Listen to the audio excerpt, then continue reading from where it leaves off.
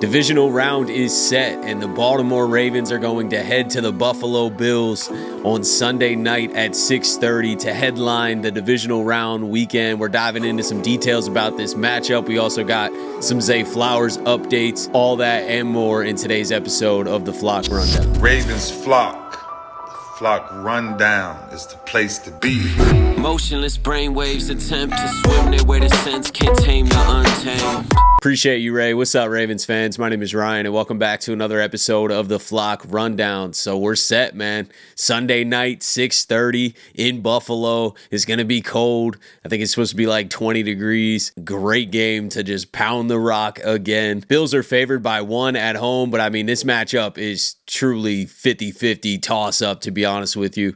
We'll be talking about it all week long, but, you know, from a distance, just picking this game, it is tough to pick. Both very, very good teams playing their best ball right now. The Bills are a lot healthier, especially on defense, than they were in that Week 4 matchup when we won 35-10. I still don't think that Week 4 matchup's completely irrelevant, but it doesn't hold as much weight as if it was a week or two ago against the same roster. So the Bills will have a lot of guys back. Milano's back. Taryn's back. The Bills are undefeated at home this year until this weekend, but that is impressive. You know, they're definitely a strong home team. I feel like it's going to be a tough game. It's going to be a tough environment. The weather's not going to make it easier either. It's going to be cold out there, and we got two MVP caliber quarterbacks going head to head. I haven't even spoken on the MVP situation since the voting and everything came out, but Lamar Jackson winning All-Pro pretty much locks in that he's going to be the MVP. I'd be very shocked if the same exact voters who voted for the All-Pro then go and vote for a different MVP, you know? So I truly think Lamar's getting his third MVP, which is well-deserved. We've been talking about that for a month now, about how Lamar should be favored over Allen and really deserves this MVP. Not to discredit what Josh Allen's done. I mean, he's playing phenomenal football. There's no doubt about it. He's going to improvise in this game. He's going to make plays like Lamar does, you know, where he buys a lot of time and finds people downfield and just kind of drives you nuts on defense. No matter how well you're playing defensively, these guys are game breakers. You know, that's why they're so great.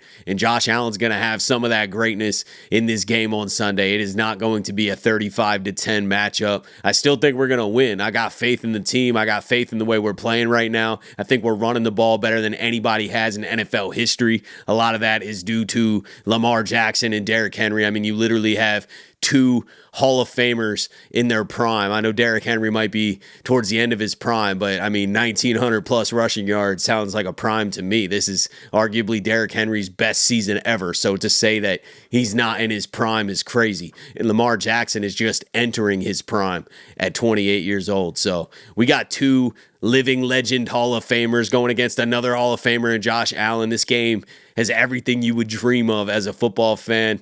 I'm nervous. I'm excited. For football fans that aren't fans of the Bills or Ravens, they're just going to love and enjoy this game. I think this game's going to have all the fireworks and entertainment that you could ever dream of. But for the Bills and Ravens fans, we're going to be stressed out during this game, no doubt. One thing that does give me confidence in this game, though, is the Bills like to play balanced ball. They like to establish a run game, whether that be with James Cook, Josh Allen, both. Last week against the Broncos, or yesterday against the Broncos, they ran for 210 yards. That's not happening against Baltimore.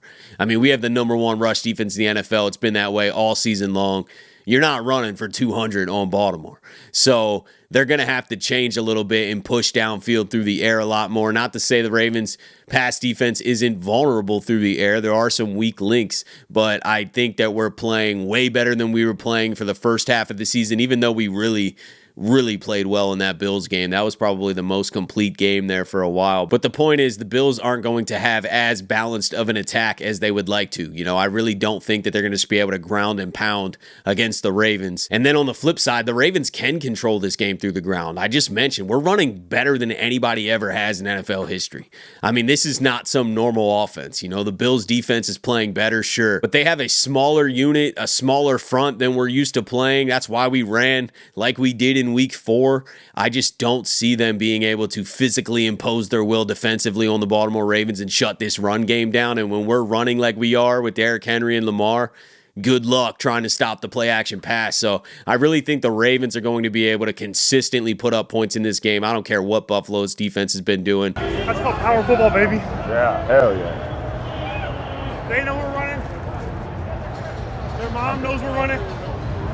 We're still running, baby. But the Ravens defense has to play out of their minds. They have to have their best game of the season to limit the Bills offense as much as possible, because the Bills are going to score some points. I'm not naive to the fact that Josh Allen's going to make some things happen. They're going to push the ball downfield. They're going to score points. This game is not going to be a super low scoring game. This game should be absolutely incredible, man. I cannot wait for Sunday, but we got a long week to kind of enjoy the fact that we're even still here and we get to keep talking about this game and looking forward to it. So I'm looking forward to talking about this game throughout the week, and then I can't wait for Sunday night either, man. Hopefully it's everything we dreamed of and the Ravens come out on top and continue this Super Bowl journey, man. That would be incredible. A big question for the Ravens offense is, will Zay Flowers return? We got an update from Harbaugh today. He said we're in we'll see mode and that Zay does not have to practice to play. So he probably won't practice much this week if Harbaugh's already saying that, but he does have a chance to play on Sunday. Adam Schefter also said the same exact thing on Pat McAfee today,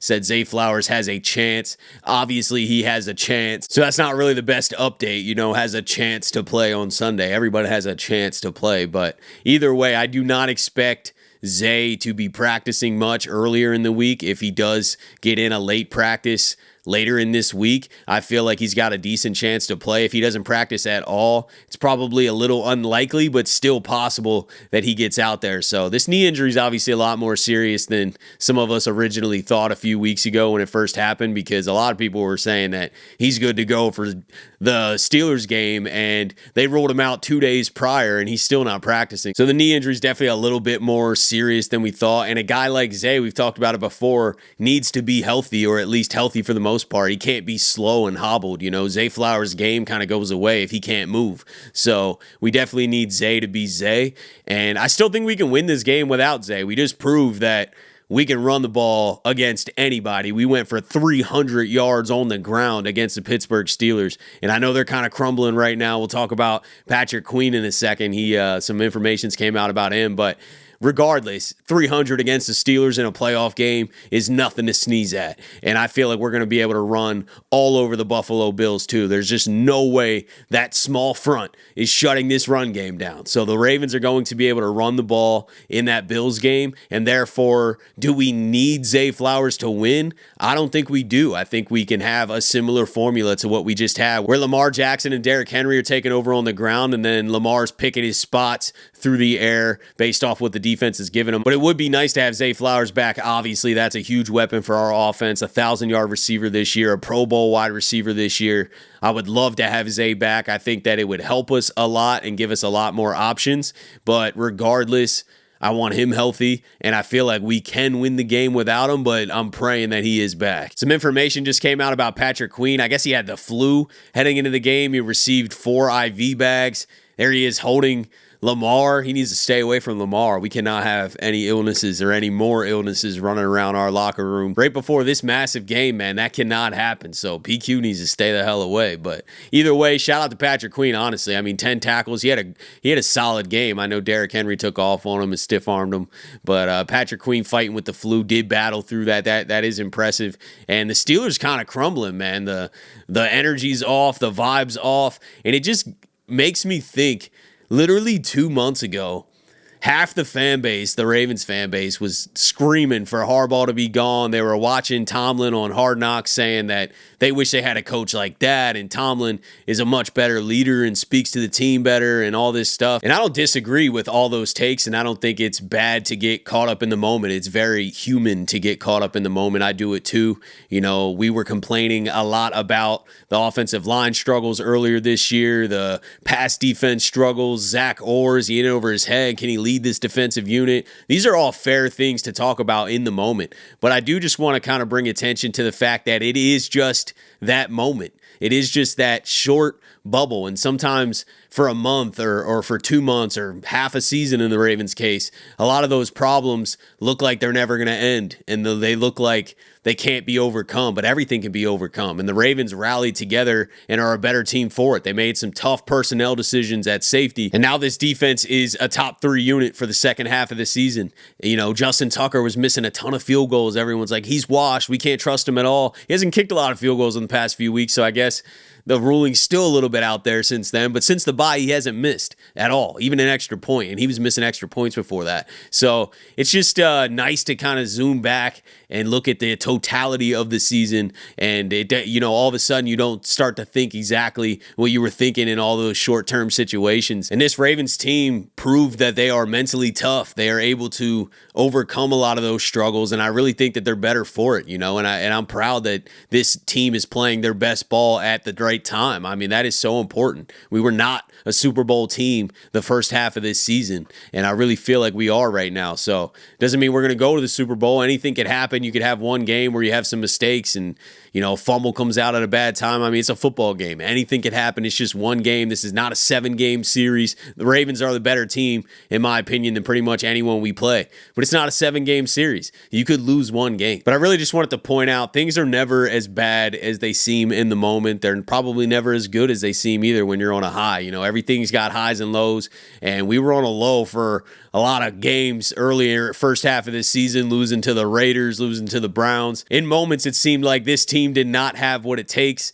and this fan base was pissed off, and I get it. I was there too, and part of my job having a YouTube channel is to talk about everything in the moment. I'm talking about things that are happening today, but 2 weeks from now, we could be talking about something totally different. So I get it. I get it. We're all living in these short-term mindsets, but the reality is the Ravens have an incredibly strong team. They've proven that throughout this season. No matter how many struggles that they had earlier in the season, they're going to be better for going through this adversity. But that's it for today, guys. Let me know what you're thinking about everything. I just wanted to come on here. Not a ton of new news, but we know who we're playing. We know what time we're playing, and we're going to be talking about this matchup all week long. We'll hopefully get some Zay Flowers updates as they start practicing and we start really seeing what's going on. We do get an extra day. Zay Flowers gets an extra day to heal up since we played on Saturday and now we're playing on Sunday, so that could help, but we'll just have to see, man. I'll be here all week giving updates and just talking about the Ravens and whatever's going on. But I appreciate you guys, as always, for tuning in to another episode of the Flock Rundown.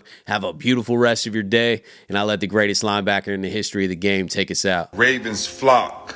The Flock Rundown is the place to be. My man Ryan has been a lifelong Ravens fan since he was born. The Flock Rundown. Nothing gets better than waking up and wondering how high we can fly. Tune in. Motionless brainwaves attempt to swim their way to sense, can't tame the untamed.